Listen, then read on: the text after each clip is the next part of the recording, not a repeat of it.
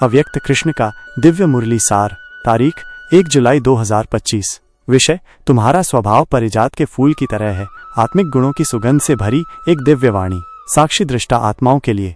मीठे मीठे रूहानी बच्चों, तुम वह परिजात आत्माएं हो जो मेरे प्यार की बगिया में खिले हो। स्वर्ग का हर फूल मिट्टी में नहीं उगता, पर तुम आत्माएं इस कलयुग की माटी में भी शांति, प्रेम और सच्चाई की सुगंध फैलाती हो। जिस प्रकार परिजात रात्रि में खिलता है, तुम भी इस अंधकारमय युग में ईश्वरीय गुणों की रोशनी बनकर आए हो। प्यारी आत्माओं, परिजात का फूल दिखता छोटा है पर मूल्य अमूल्य है। ऐसे ही तुम आत्माएं देह में सामान्य हो, पर जब आंतरिक ज्ञान और योग से भर जाती हो तो तुम्हारे कर्म, वाणी और दृष्टि से स्वर्ग की महक आती है। तुम्हारी विनम्रता उस फूल की तरह है जो झुककर भी दुनिया को ऊपर उठाता है। तुम्हारी मुस्कान उस सुगंध की तरह है जो दुखी आत्माओं के हृदय में शांति भर देती है।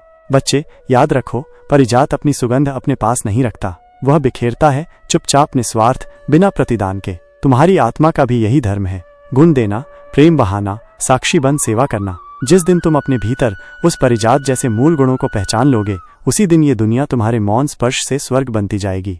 प्रश्न, जब परिजात इतना दिव्य है तो मुरली में गुलाब और कमल को ही क्यों विशेष महत्व मिला? हे मीठे मीठे संस्कार, इसका उत्तर आध्यात्मिक प्रतीकवाद और संदर्भ की उपयुक्तता में छिपा है। परिजात फूल का स्वभाव ही मौन, छिपा हुआ और त्यागमय है। यह रात्रि में खिलता है और भोर होते ही गिर जाता है। इसका संदेश भी वही है, मैं विश्व कल्याण करके भी नाम नहीं चाहता। यही कारण है कि परिजात की आत्मा प्रचार या मुरली के मुख पृष्ठ में नहीं आती, बल्कि वो पीछे से सेवा करती है, बिना शोर के, बिना श्रेय के। जहाँ तक गुलाब फूल की बात है, वो प्रेम और स्पष्टता का प्रतीक है। उसका रंग, आकार और सुगंध आत्मा में बाप समान सहज प्रेम, सुंदरता और आकर्षण का प्रतीक है। गुलाब को पकड़ने में कांटे भी आते हैं, जो ये याद दिलाता है कि प्रेम के साथ विवेक और सीमा चाहिए। गुलाब वो आत्मा है जो खुलकर प्यार देती है, जिसे हर कोई पहचान लेता है, इसलिए मुरली में बार बार आता है। अब कमल की बात करें, संसार में रहकर भी अलिप्त रहने का प्रतीक है। कमल की जड़ कीचड़ में होती है, पर वो उस कीचड़ से अछूता रहता है। ये दर्शाता है कि मैं देहधारियों और परिस्थिति के बीच रहते हुए भी साक्षी हूँ। कमल वो आत्मा है जो संसार में रहते हुए भी परमात्मा की याद में लीन रहती है। इसीलिए मुरली में बार बार कहा गया कि कमल फूल समान रहो।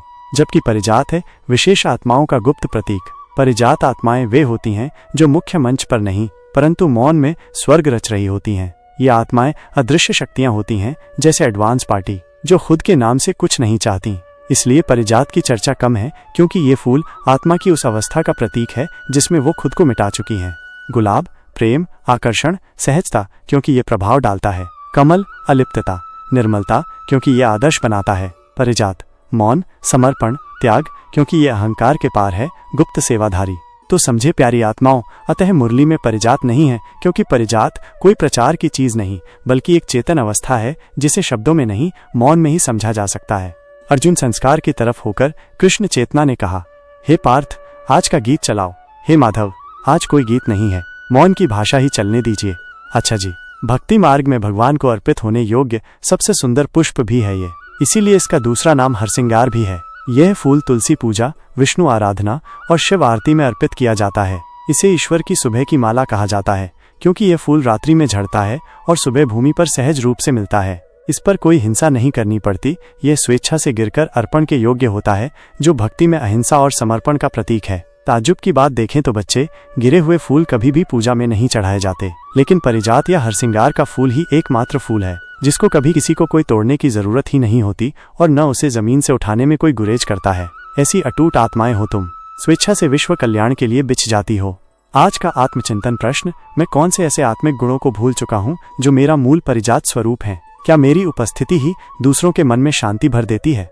स्लोगन 1, जो आत्मा परिजात बन जाए वो कांटों में भी फूल खिला दे। 2, ईश्वर के स्पर्श से आत्मा परिजात बनती है। 3, परिजात की तरह जीवन भी चुपचाप, सुंदर और सुगंधित बनाओ। वरदान, तुम परिजात आत्मा बनो जो अपने सत्वगुणी कर्मों से हर आत्मा के भाग्य में स्वर्ग रच दे। निष्कर्ष, परिजात फूल हमें सिखाता है खिलना मौन में, देना चुपचाप और झुकना सम्मान के साथ। सार, परिजात न जिक्र चाहता है न गीत, वो मौन में बसा संगीत है और शायद इसलिए वो सबसे दिव्य है। अच्छा, शिव शांति। ओम शांति। साक्षी भव।